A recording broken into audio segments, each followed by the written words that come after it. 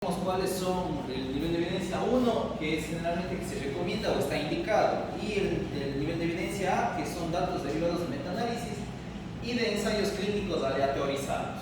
Esa es la mejor evidencia que existe hasta el momento.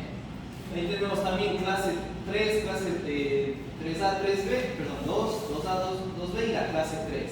Clase 3 es actualmente no está recomendada. El resto de evidencia B y C ya no corresponde ni a metaanálisis ni a ensayos clínicos aleatorizados, por lo tanto su evidencia es menor.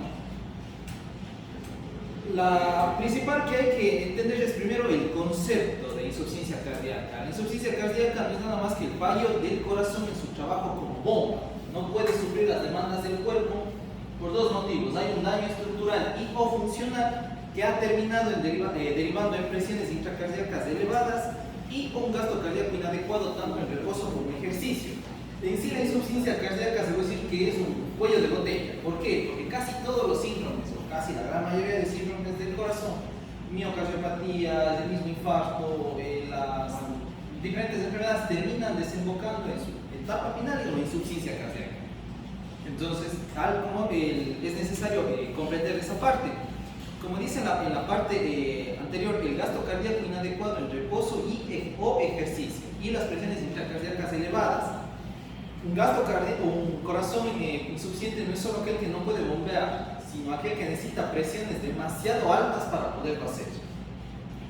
Este concepto fisiopatológico ha derivado en la nueva clasificación que nos ha hecho llevar como más grande insuficiencia cardíaca con fracción de eyección disminuida, levemente disminuida y conservada.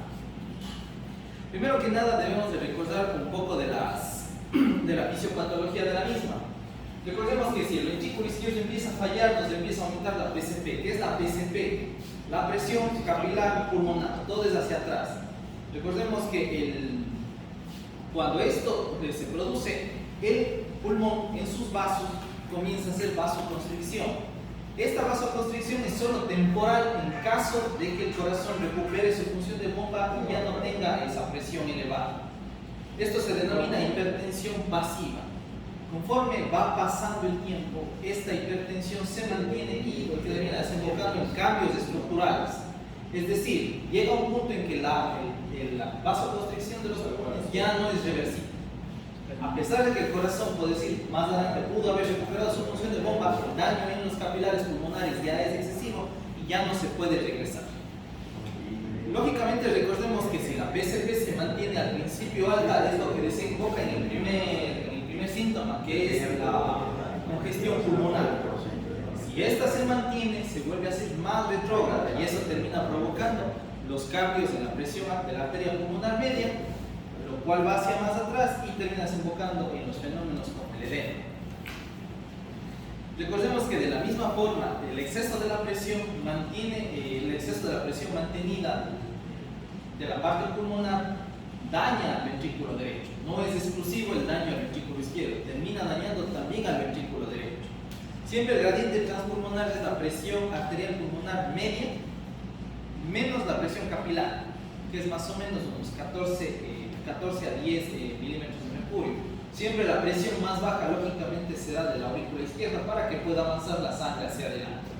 Cualquier cambio en estas presiones nos puede desembocar también en una insuficiencia cardíaca independientemente de si el corazón ha perdido o no la función de bomba.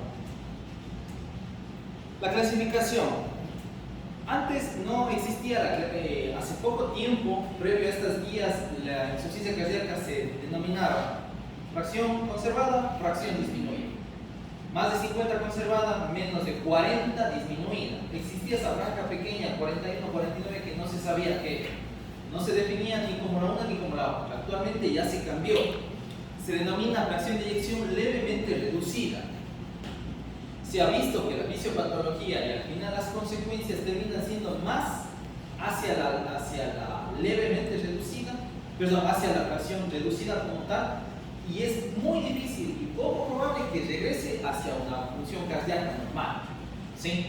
Ya se demostró eso. Antes se creía que esa parte, ese punto medio, de 41 y 49 de fracción de eyección, tenía chance de volver a una fracción de eyección mayor de 50, pero los últimos estudios demuestran que no, que es más la tendencia hacia el empeoramiento, no hacia mejorar. Por eso es que se denominó levemente reducida. Una característica que es importante de la fracción de eyección conservada, lógicamente, aparte de ser mayor del 50%, el criterio obligado para diagnosticarla, es el hecho de que se necesita evidencia de daño estructural o funcional consistente con disfunción diastólica. Algo provoca que el corazón no se dilate bien, el ventrículo izquierdo no se dilate lo suficiente, o tenga una presión demasiado alta para poder rellenarse y poder enviar la sangre a través del agua. Ese es dato, una cosa que se vio que es bastante importante en la fracción de eyección conservada, que es típico de los pacientes obesos, de los ancianos hipertensos y más de las mujeres. Con respecto a la epidemiología, se ha visto que existe un aumento de la prevalencia conforme la edad. Las personas mayores de 70 años, la prevalencia es cercana al 10%. El 60% tiene la fracción de eyección reducida, el 24% levemente reducida, apenas el 16% tiene la fracción de eyección conservada.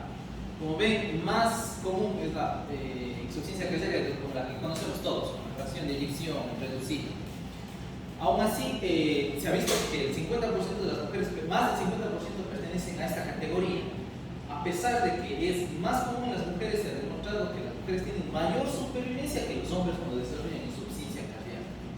No se entiende hasta ahora claramente el por qué. Y se ha demostrado que la supervivencia es igual si se tiene la fracción de eyección reducida como la fracción de eyección preservada. Caso contrario, no tendría sentido dividirlas a las dos si sé que yo tengo una fracción de eyección preservada y sé que mi esperanza de vida no se ha disminuido. Sería ilógico dividirlas. Se demostró que las dos tienen la misma mortalidad a futuro. Es por eso que se les toma ahora en cuenta como tales. Se ha visto que la FA, el índice de masa elevado, la hemoglobina glicosilada elevada, así como un filtrado glomerular disminuido, son predictores potentes de hospitalización. Cuando un paciente con insuficiencia cardíaca tiene cualquiera de estos, es de 2 a 10 veces más probable que se hospitalice. Y se ha visto que lógicamente por el cambio de vida actual, las hospitalizaciones serán más del 50% en los próximos 25 años. Entonces, se van a necesitar cardiólogos para...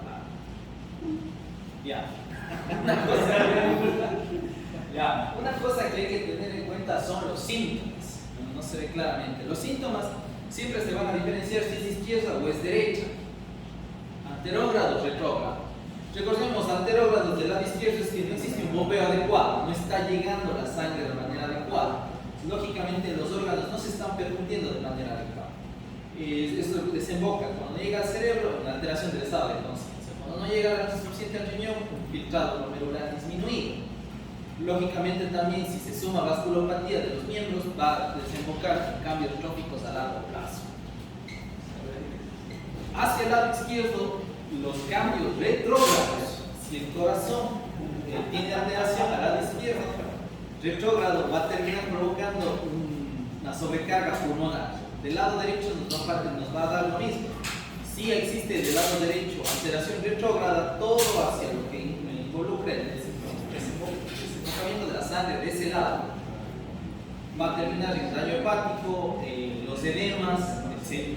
Realmente cambios anteriores del lado derecho, cambios anterógrados de la insuficiencia derecha son raros, porque es difícil que el corazón no termine bombeando lo suficiente hacia los pulmones como tal. Una cosa que hay que tener en cuenta es que del lado izquierdo es muy típico las arritmias, y del lado derecho debemos recordar la disnea que tiene su clase funcional, 4 categorías de acuerdo a la clasificación canadiense, y la ortopnea.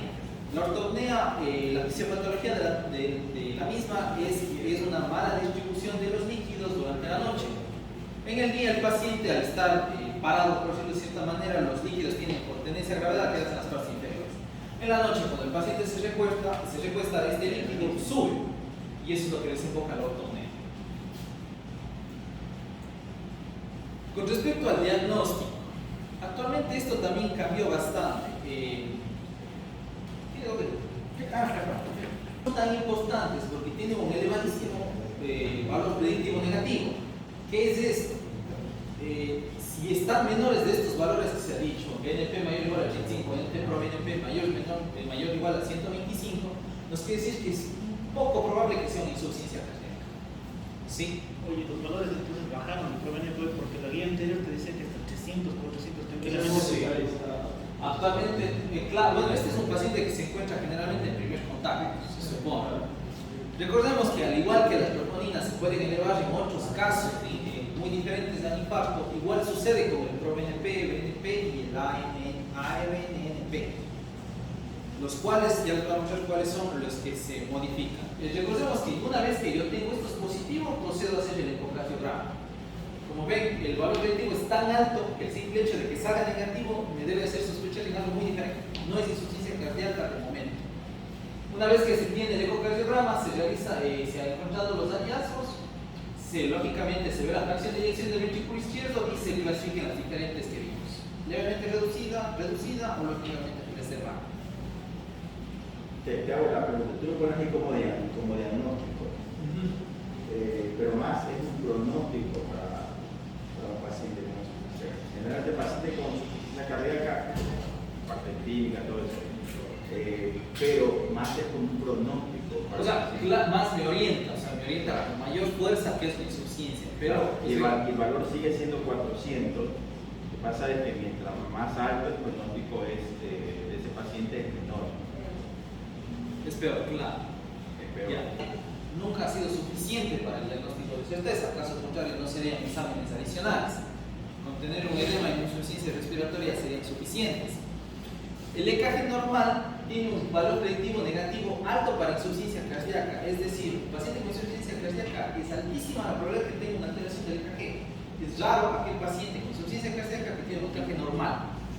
Ya. Al igual como dijimos que un BNP y un ProBNP, el valor predictivo negativo es casi al 98%. El MR Pro-ANP, es el nuevo.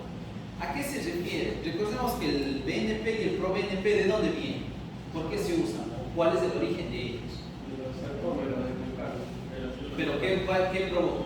La unión de la arquina con la lesión. No, ese es la troponina. ¿Qué cosa? Ya, eso es lo que hace. Cuando la aurícula se distiende, libera ProBNP, que aumenta la diuresis y aumenta la natriuresis. Existe uno intermedio que se llama la MR Pro-ANP, que es de cadena media. Se vio que es más exacto y tiene una mayor durabilidad. Y de acuerdo, siendo este el principal estudio el que se lo hizo, demostró que tenía prácticamente mayor sensibilidad y mayor especificidad que el mismo BNP y el ProBNP. Lógicamente también después de esto, como ya se resume, vamos a ver un poco más adelante los valores. Recordemos así mismo que el ecocardiograma es el examen clave para el diagnóstico. Ese es el que nos va a demostrar cuánto tiene de PEVI el paciente. Con respecto a la analítica, debemos de recordar que siempre una hiponatremia es una manifestación tardía y de mal pronóstico. La anemia y la ferropenia igualmente son de mal pronóstico, al igual que encontrar las troponinas elevadas. Todo insuficiente cardíaco con una troponina elevada, una hiponatremia o una anemia ferropenia son de muy mal pronóstico. Recordemos que dijimos que el BNP está sintetizado en respuesta a aumento de la presión diastólica. Valor normal o bajo, como decimos, prácticamente descarta que la disnea o la insuficiencia, todos los síntomas sean por insuficiencia cardíaca. Los pacientes que tienen femeninos, EPOC, embolia pulmonar o edad avanzada suelen tener niveles más altos. ¿Y en qué pacientes se encuentran niveles más bajos? Siempre son en la gran mayoría de obesos. Estas son las causas también de que se tenga concentraciones elevadas de péptido natriurético, como el tromboembolismo, la miocardiopatía, la hipertrofia del ventrículo izquierdo, enfermedades valvulares, contusiones cardíacas, la misma cardioversión eléctrica cuando se realiza al paciente, los procedimientos quirúrgicos y las hipertensiones pulmonares pueden provocar una elevación del ProBNP del BNP. Causas no cardíacas son, por ejemplo, la edad avanzada, el evento cerebrovascular, la hemorragia subaracnoidea, el EPOC, como vimos, las infecciones severas, las quemaduras, la anemia y los síndromes metabólicos como la diabetes o la tirotoxicosis. Pueden elevar el ProBNP, ¿sí?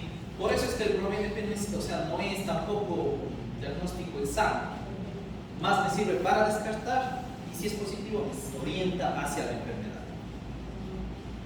Como dijimos siempre, el ecocardiograma es lo principal y debemos de recordar que en caso de que yo no tenga una buena ventana o por cualquier motivo que yo no pueda hacer un ecocardiograma, que sería raro, es la resonancia magnética nuclear, el gold estándar, para demostrarme una falla del ventrículo derecho. Tenemos dos pruebas adicionales. Siempre será el cateterismo cardíaco y también la angiotac de coronarias. La angiotac de coronarias conserva la misma indicación que en los que tienen baja probabilidad pretest de tener una alteración de la misma. ¿Cuáles serían, por ejemplo, pacientes con baja probabilidad pretest? ¿Qué quiere decir baja probabilidad pretest? La baja probabilidad de desarrollar.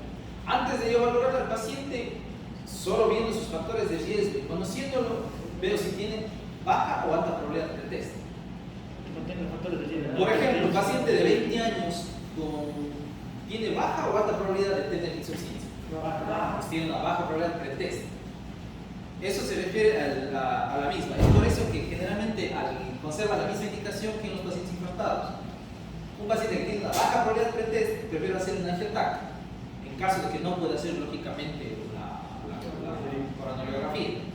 Si me sale negativo, igualmente tiene un altísimo valor predictivo negativo, es prácticamente imposible que tenga la enfermedad.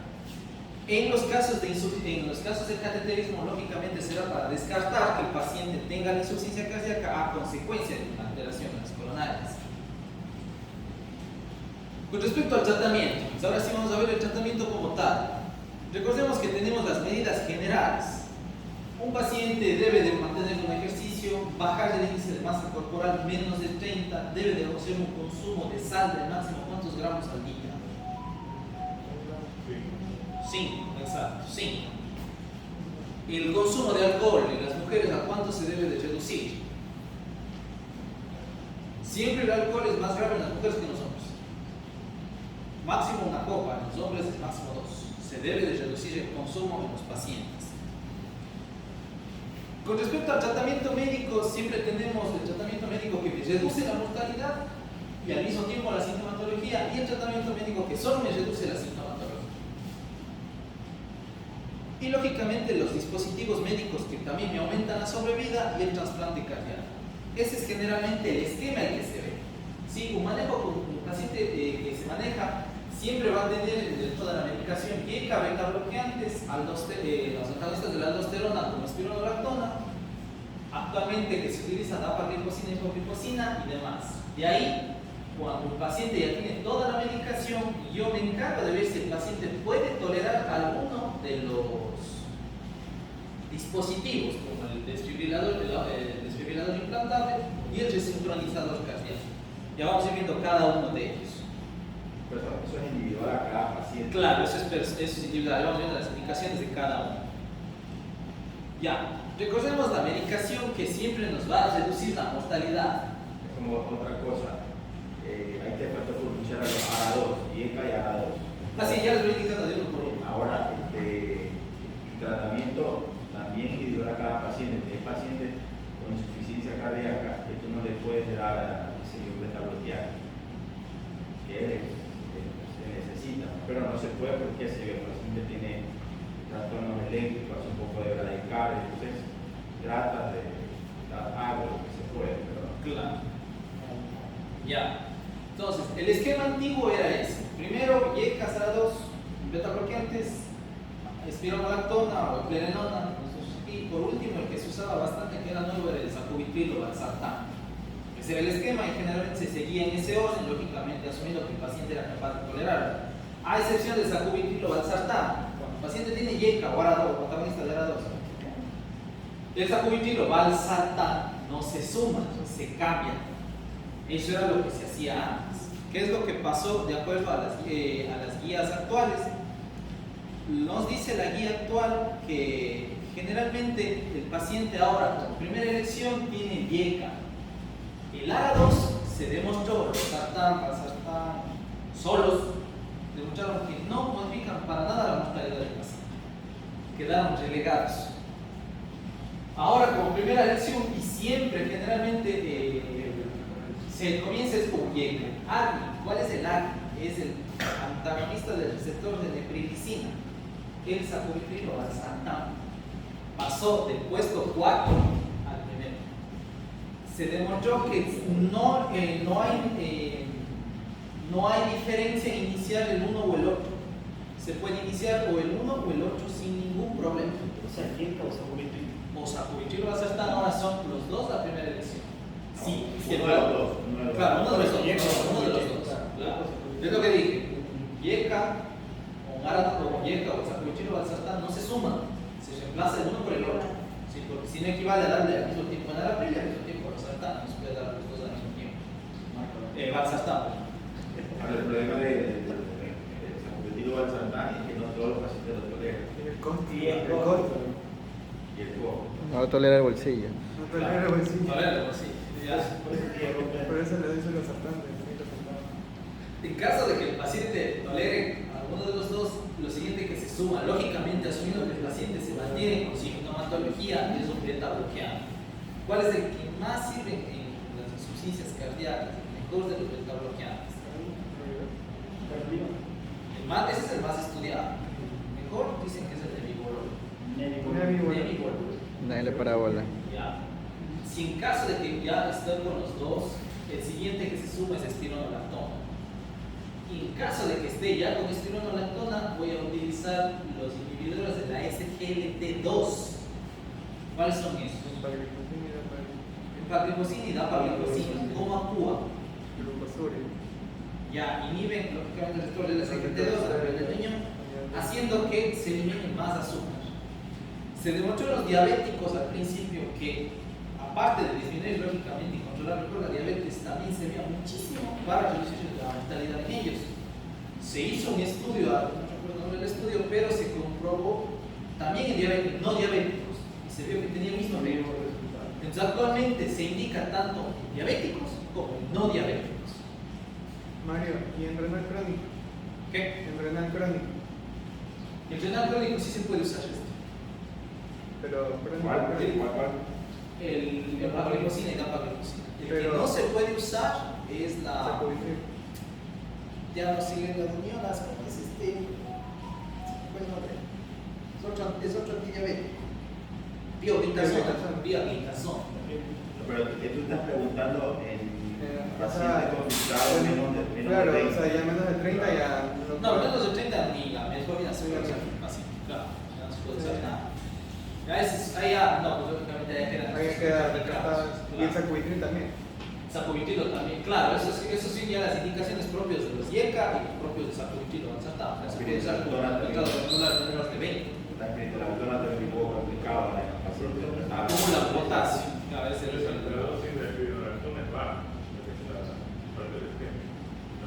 ¿Con cuánto parte?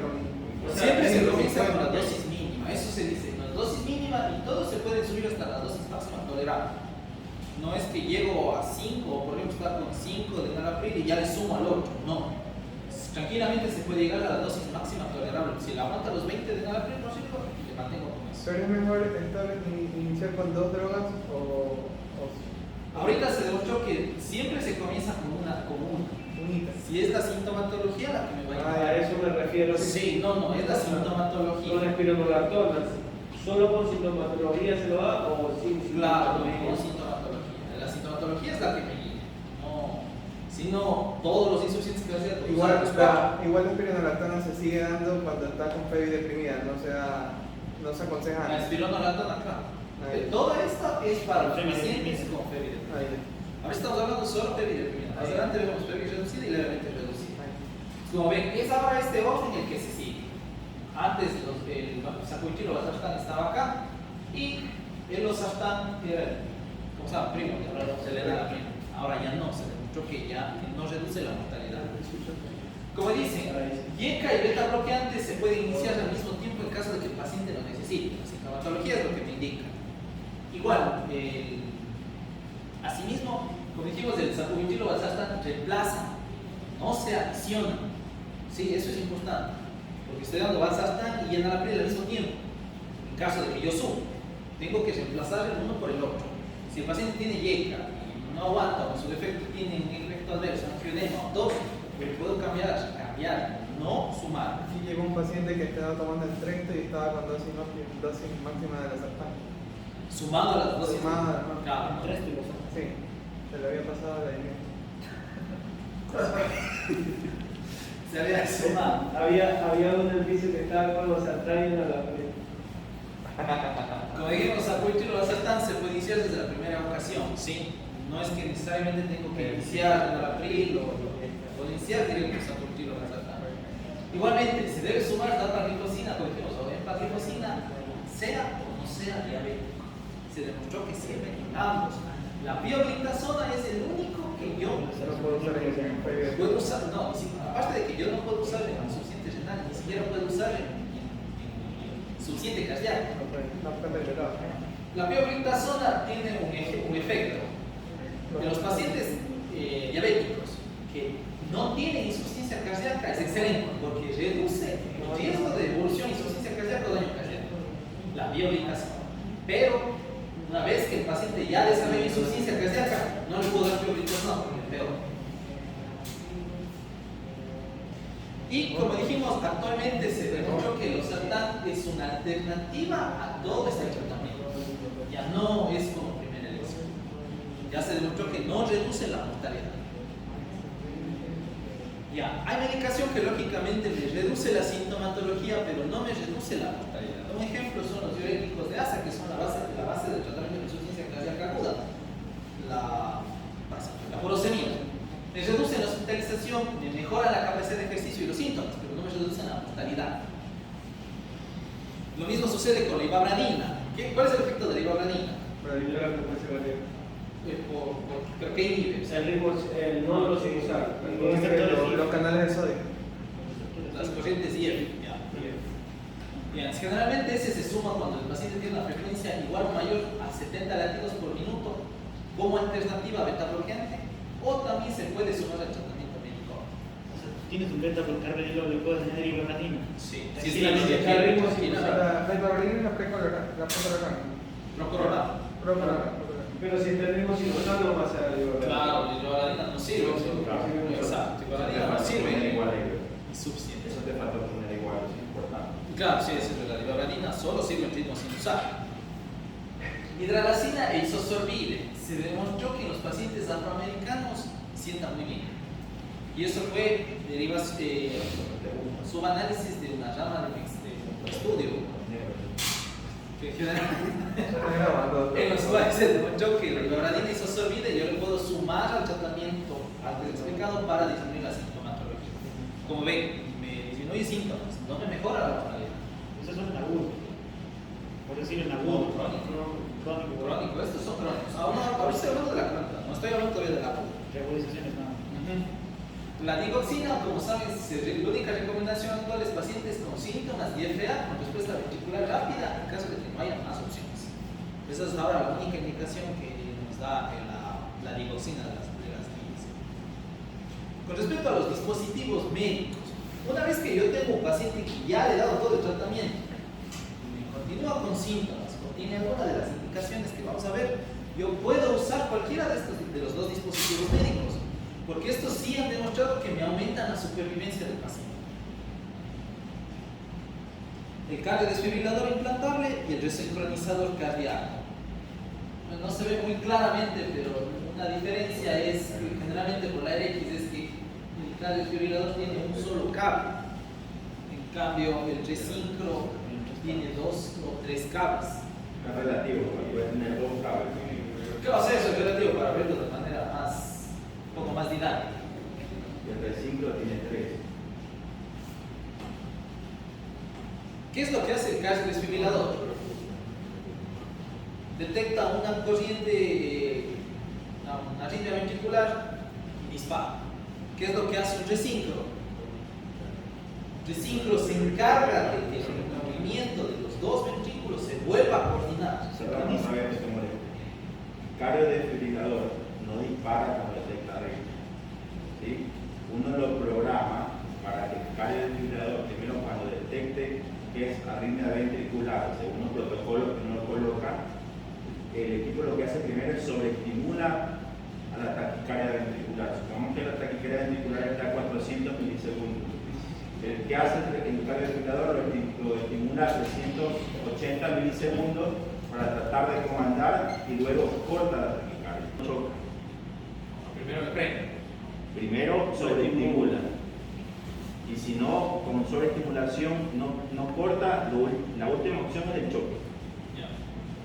Indicación primaria y secundaria. La secundaria es todo paciente que se ha retrogrado de una arritmia ventricular que le provocó una historia hemodinámica que tiene una esperanza de vida mayor de un año. Prevención secundaria. Prevención primaria es paciente que tiene hija 2 a 3, una fiebre menor del 35%, tratamiento médico óptimo ya mayor a 3 meses y continúa con síntomas y que lógicamente tenga una esperanza de vida mayor de un año. En esos casos son las indicaciones. Secundaria que ya tenía muerte súbita también. Claro, el reciclo, en cambio, es un paciente sintomático y tiene aquí, puede cumplir cualquiera de las dos. Aquí tiene que cumplir los 4 criterios. Ritmo sinusal, QRS mayor o igual a 150 o ortología de llama izquierda, bloqueo de llama izquierda. Fiebre menor de 35 y que tenga un tratamiento médico óptimo. Aquí se aguanta hasta NIJA 4. Acá no, solo hasta NIJA 2 a 3. También se le puede poner a los pacientes con FA.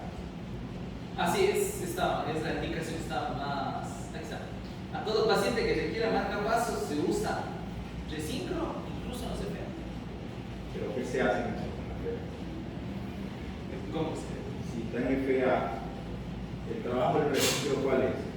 La palabra dice, y una buena sincronización auriculoventricular.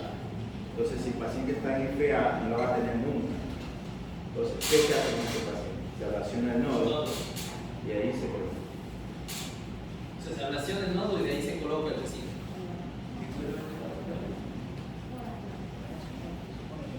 Ya, ahora la insuficiencia cardíaca con fracción levemente reducida es aquella que está entre 41 y 49%. En este caso, lo que se ha visto es el diagnóstico es un paciente que tenga síntomas y signos de insuficiencia cardíaca, los cuales ya hablamos, sumados a esto, la fiebre entre 41 a 49%. Los valores de BNP, pro-BNP y otras evidencias de daño cardíaco no son necesarias. Esa es una diferencia. Se podría decir que es un estadio previo a la insuficiencia cardíaca total, a la cual lo que se debe de hacer principalmente es vigilar y hacerle consultas frecuentes para evitar que continúe evolucionando. Tratamiento como tal no se ha demostrado nada hasta el momento que reduzca la mortalidad. Lo único que sirve al momento son los diuréticos, que me ayudan a disminuir un poco la sobrecarga izquierda para que el corazón no tenga que realizar tanto esfuerzo y continúe su empeoramiento. ¿Qué es lo que hay que realizar? El resto de medicamentos, IECA, SARA-2, salbutamol, valsartán, hidroxina de cocina, se pueden usar, pero siempre y cuando el paciente lo necesite. Aún así, no hay una indicación clara como tal, como se vio en la que tiene la claramente reducida. Mario, te puedo hacer una pregunta. Lo que contaste, si el paciente es hipertenso y yo puedo ir añadiendo todos estos medicamentos, IECA, beta bloqueante, más por su indicación de hipertensión que por tratar una insuficiencia cardíaca con fiebre levemente reducida, ¿no? Sí, es que eso digo, justamente se enfoca en tratar de reducir, evitar de que siga evolucionando. Si por ejemplo tiene hipertensión, tengo que controlar la hipertensión. Si tiene la miocardiopatía, tengo que encargarme de la miocardiopatía y evitar que siga evolucionando el paciente. Con la insuficiencia cardíaca con fracción de eyección preservada, eso es un poquito más engorroso. Lo que se ha visto es que son principalmente mujeres de edad avanzada, principalmente hipertensas. ¿Cuándo yo sospecho? Cuando un paciente que era hipertenso se volvió hipotenso. Cuando es un paciente intolerante a beta bloqueante o IECA, le digo por cualquier motivo, por hipertensión, por ejemplo. Generalmente tiene túnel del carpo bilateral. Esto es importante. ¿Por qué? ¿Qué me quiere decir túnel del carpo bilateral? Eso me irrita bastante. Personas que están No. Mujeres que tienen un túnel del carpo bilateral deben sospechar la amiloidosis. La amiloidosis afecta al corazón, lipídos. Y lógicamente cajes con bajo voltaje. Realmente existen escalas actuales, pero lo que se ha demostrado es por el cateterismo cardíaco, que es la mejor forma de diagnosticar. Si nos vamos al concepto como tal de insuficiencia cardíaca, recordemos que es que tenga presiones elevadas. Entonces yo debo demostrar por cateterismo que tenga una PCP, una presión capilar pulmonar mayor o igual a 15 en reposo, mayor o igual a 25 en ejercicio. O una presión diastólica final del ventrículo izquierdo mayor o igual a 16. Eso sería lo único que me parece un diagnóstico exacto de que el paciente tiene una insuficiencia cardíaca con PEVI preservada.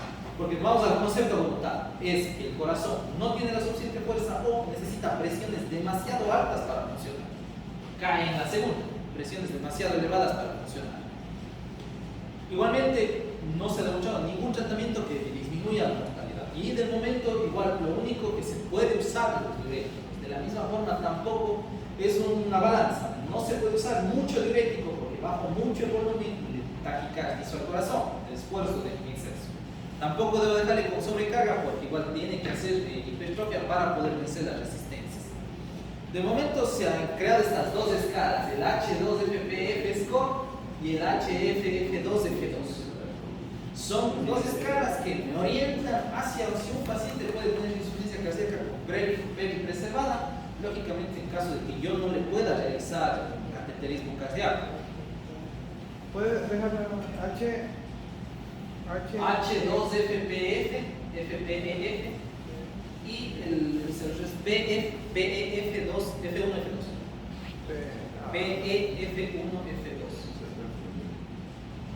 Esas son las dos escalas que se utilizan actualmente. Tampoco son definitivas. Recuerden que el único diagnóstico definitivo es por el cateterismo cardíaco. Nada más. Entonces, todo lo que fue ahora fue insuficiencia cardíaca crónica. Ahora vamos a ver un poco de la aguda. Con respecto a la aguda, debemos recordar que la definición es un inicio agudo o gradual de los síntomas y signos de insuficiencia cardíaca que terminan provocando que el paciente busque ayuda. Son los síntomas prácticamente aquellos intolerables. La mortalidad al año de un paciente que desarrolla un episodio de insuficiencia cardíaca es cerca del 30%. Y si se queda hospitalizado es cerca del 45%. El paciente ingresado con insuficiencia cardíaca, uno de cada dos puede decir no sabe. Asimismo, tiene altas tasas de readmisión en el primer año. El paciente que este año fue diagnosticado con insuficiencia tiene altísimo riesgo, fue ingresado con insuficiencia aguda, tiene altísimo riesgo de volver a ingresar en el próximo año. O sea que todos los pacientes que estamos manejando ahorita manejan mortalidad de 30-40%. Ajá, Un 30%. Por eso Creo que cuarto ingreso en el año.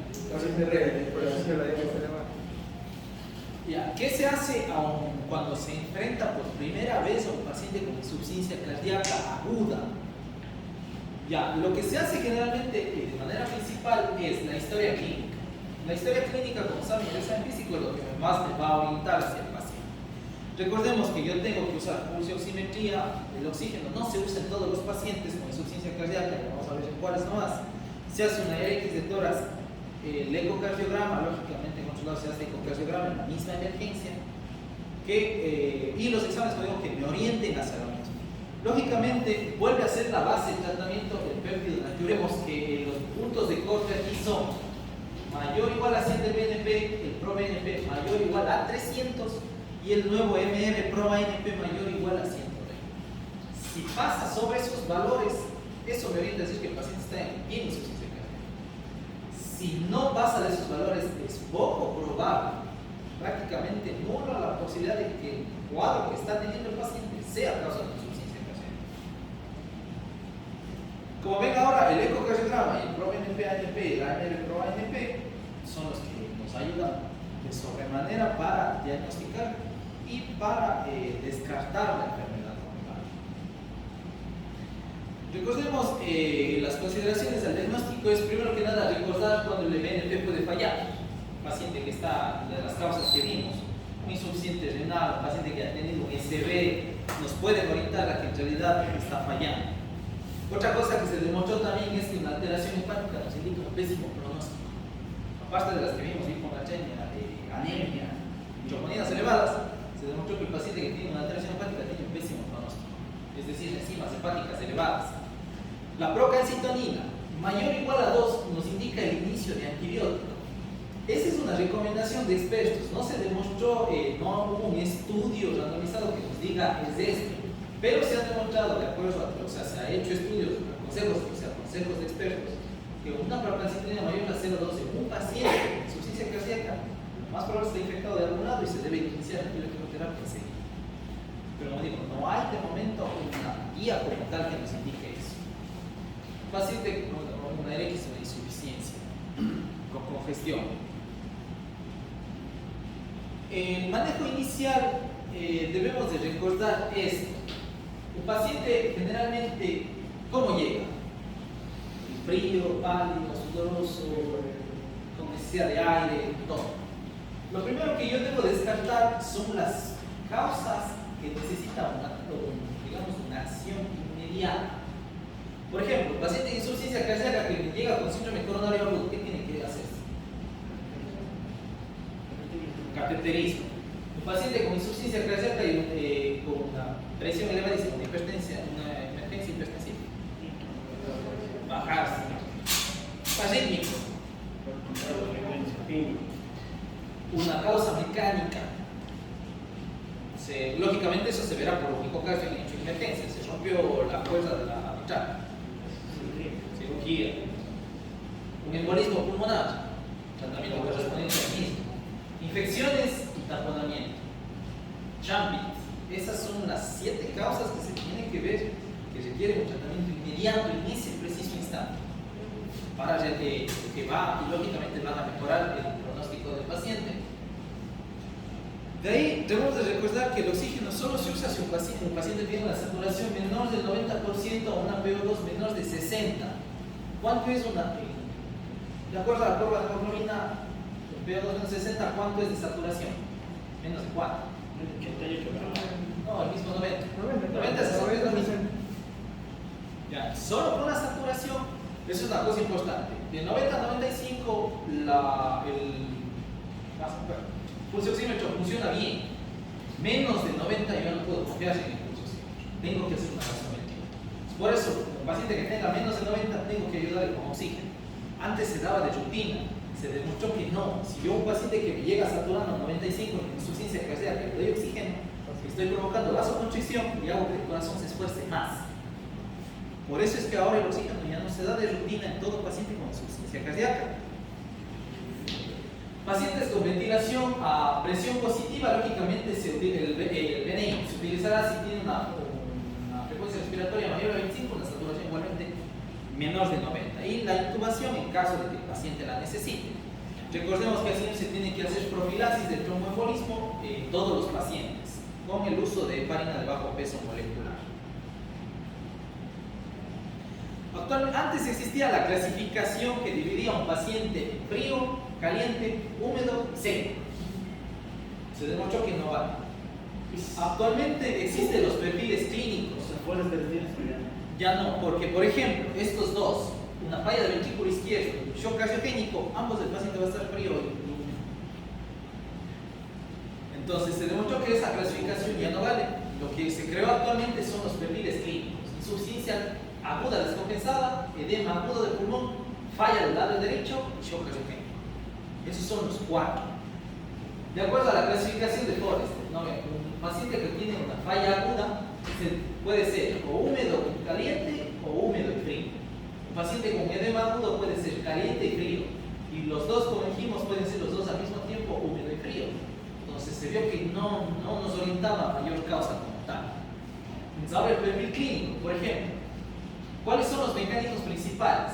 Un shock cardiogénico sabemos que es una disfunción severa del ventrículo derecho. Un paciente que tiene una falla del ventrículo, una falla del ventrículo izquierdo es un shock cardiogénico. La falla del ventrículo derecho es falla como tal. Un edema agudo del pulmón es un aumento de la poscarga. Es un aumento de la poscarga y o una hipertensión capilar pulmonar. Eso es lo que nos provoca un edema pulmonar agudo. Lógicamente, si me aumenta la capilaridad, o sea, la presión del capilar pulmonar, ¿por qué puede ser? Recuerden que todo el pulmón y el corazón están conectados con tal. ¿Qué me termina provocando un aumento de la presión? La éxtasis. Éxtasis sanguínea. presión. La vasoconstricción. Ah, bueno. Ya, ¿y qué es, si es hacia adelante, qué sería vasoconstricción? ¿Qué sería como tal? Una enfermedad. de la precarga. Poscarga sería en este caso. Bueno, ¿Qué enfermedad provoca aumento de la poscarga? Hipertensión. Es por eso que la hipertensión es clásico del edema agudo, ¿no? Ya, e igualmente una insuficiencia cardíaca aguda descompensada. Esta se ha visto que es por la disfunción del ventrículo izquierdo y por la excesiva retención de sodio y agua. La causa principal en la primera es la acumulación de líquido en el edema pulmonar igual a la redistribución de líquido. Es la redistribución de líquido en el edema agudo del pulmón, por eso nos sirve la nitroglicerina. La nitroglicerina no solo baja resistencias, también provoca una vasodilatación, con lo cual redistribuye el líquido. En la falla, lógicamente, del ventrículo derecho sabemos que será una presión venosa aumentada y el shock cardiogénico será una hipoperfusión sistémica. Cada uno igual de la misma manera tiene su propio tratamiento como tal, pero lo que es universal a los cuatro son los diuréticos, a excepción del shock cardiogénico. Yo no lo voy a sacar líquido cuando no puede bombear. De ahí cada uno tiene su propio perfil. ¿Sí? Cada uno tiene su propio perfil. Lo que se ha demostrado es, dentro de todos los inotrópicos, de los vasopresores, la norepinefrina es el mejor. De la misma forma, la nitroglicerina se demostró que puede usarse en bolos, no necesariamente a perfusión continua. Y asimismo, otra cosa que es importante, ya no se usa opiáceos de rutina. Antes se usaba morfina bajo, es el concepto fisiopatológico de que también provoca venodilatación y ayuda a la distribución cardíaca, además de disminuir la ansiedad del paciente. Se demostró en un estudio que los pacientes que usaban opiáceos tenían morfina, tenían altas tasas más altas de hospitalización más prolongada y de mayor tiempo de duración de la falla cardíaca. Ahora ya no se usa de rutina, se puede usar, no está diciendo que no, se puede usar, pero ya no de rutina, se usaba. Bueno, se usa en otros lados.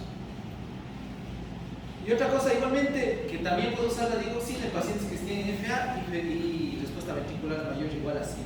Es la única indicación. Tiene una indicación en crónica y tiene una indicación en aguda. No tiene nada más la digoxina de momento en insuficiencia cardíaca.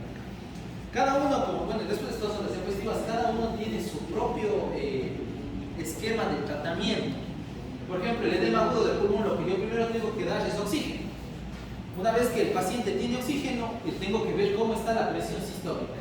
Mayor o igual a 110, si en caso de que esté mayor o igual a 110 uso diuréticos, en caso de que no lo esté, veo la hipoperfusión. Si está hiperperfundido, uso diuréticos, caso contrario, en ambos casos uso diuréticos o inotrópicos. Si yo veo una disminución de la congestión, tengo que usar una terapia, mejorar la terapia o en su defecto volver al cuidado paliativo o dispositivos mecánicos agudos.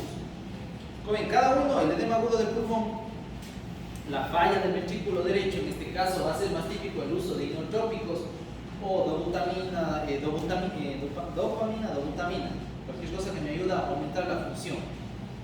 El shock cardiogénico va a ser de la misma causa. Como digo, cada perfil tiene su propio tratamiento. Eso ya les paso después las diapositivas y las guías que vean cada uno en sí de los tratamientos. Como digo, la base para todos estos diuréticos, a excepción del shock cardiogénico, igualmente la dobutamina, dopamina, noradrenalina, nos sirve para todos.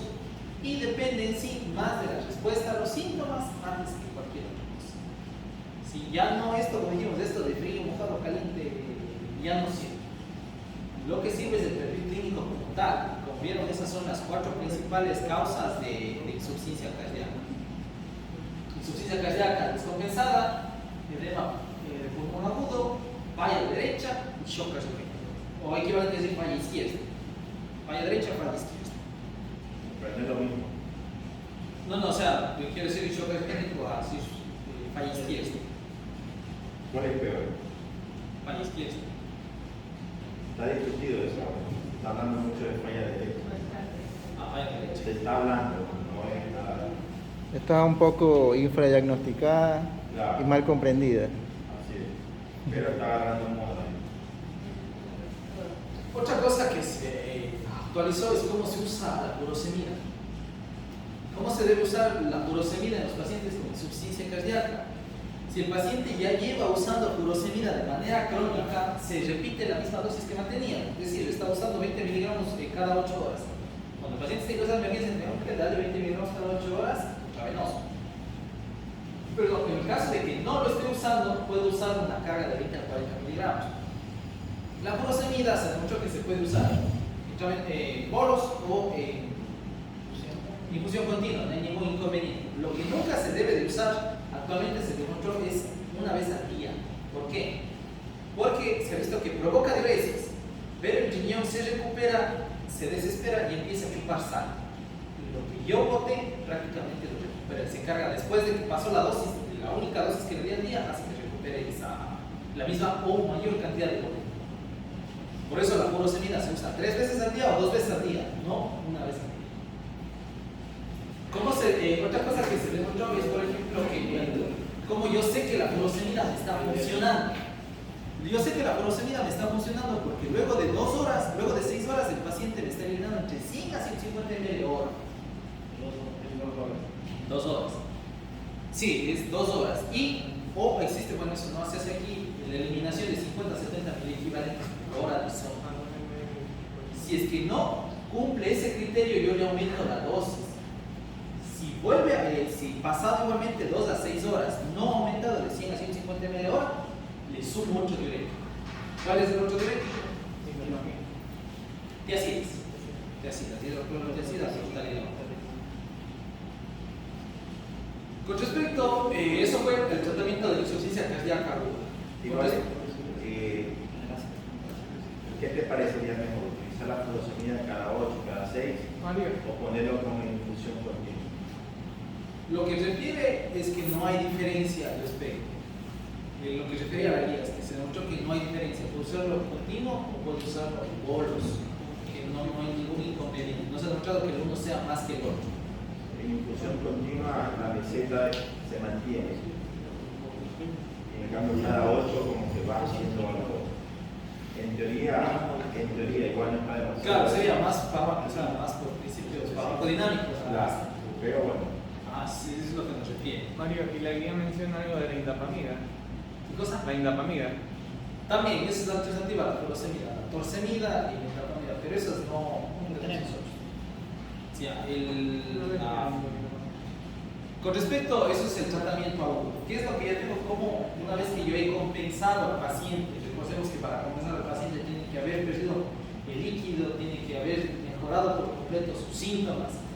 Y eso es lógico que en todo paciente insuficiencia cardíaca se debe pesar a diario para demostrar la disminución del acúmulo de líquidos. Una vez que ya he compensado al paciente como tal, yo lo que hago es el seguimiento. Se van a la casa aún con síntomas. Y eso es, lógicamente, aumenta la mortalidad, aumenta el riesgo de regreso y aumenta la muerte de ellos. Otra cosa que se demostró es que el paciente debe de entender su esquema terapéutico lógicamente antes de irse. Se ha visto que la siguiente cita luego de que un paciente se ha ido a la casa debe ser en 1 a 2 semanas para valorar. Recuerden, le doy el alta. Cuando le doy el alta, lógicamente tengo que haber mejorado el tratamiento. En caso contrario, si me mando con el mismo tratamiento, me va a volver con insuficiencia cardíaca. Entonces, al mejorar el tratamiento, al ver que al alta no tiene ningún síntoma de congestión, se puede ir. Pero en 1 o 2 semanas tiene que volver. Se demostró que tiene que ser 1 o 2 semanas. Y otra cosa que también se demostró, pero bueno, la evidencia no es tan clara al respecto, es que, bueno, recordando el hecho de que los pacientes con anemia tienen mayor mortalidad, es el hecho de que en los insuficientes cardíacos yo puedo usar carboximatosa férrica. En aquellos pacientes que tienen una ferritina sérica menos de 100 o una ferritina sérica entre 100 a 300, pero con un índice de saturación de la transferrina de menos de 20%. Como ven, tiene una evidencia clase 2A, o sea, no son estudios randomizados ni tampoco son metaanálisis. Y el nivel de evidencia es B, es decir, puede usarse, no es una indicación como tal. Y eso sería el tratamiento de la crónica y la